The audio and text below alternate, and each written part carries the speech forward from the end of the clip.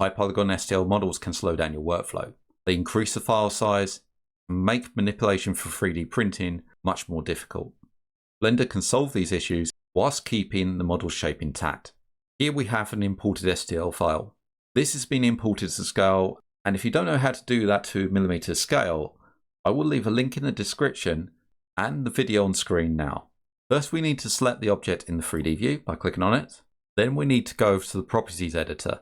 And if you don't see it, there's a little icon here with a drop down, and we pick properties. We need to pick the wrench tab, the modifiers. From here, we can add a modifier, and we can use the search and type in decimate, and we can pick it from there.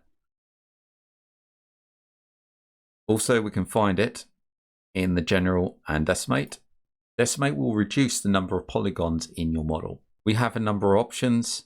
The default is collapse, and that's the best to start with. Below is a range slider. This ranges from 0 max reduction to 1 original mesh. So it's best to start somewhere in the middle. I'm going to pick 0.6. Now if we watch the 3D viewport, when I click off, this modifier will be applied. Due to the complex mesh, this is taking a while. And as you can see, we've reduced it by 0.6, and it doesn't look much different, but it has reduced in size. On the right hand side, we can see a face count. And as we reduce the mesh, let's say 0.4, we can see it taking effect because the face count will be lowered. It's up to you to decide how far to go.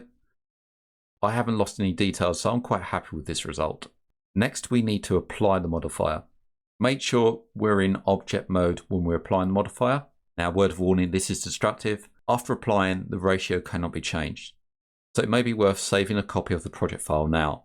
To apply the modifier, come over to the right hand side, drop down the arrow and click apply.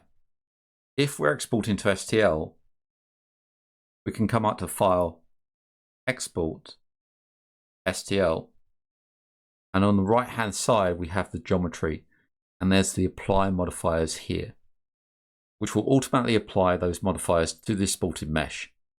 I'm going to cancel and apply the modifiers.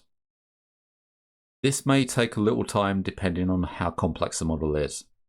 Once applied, the modifier vanishes. We've now optimized the mesh, and we'll find that working with the mesh in Blender to be much faster. I hope that video was of interest, and I look forward to seeing you in the next one.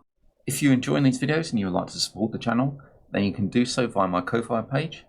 That's at ko-fi.com/MJ3D Any donations will be used to help expand the channel. I'd like to thank you all for watching, and I hope to see you again soon.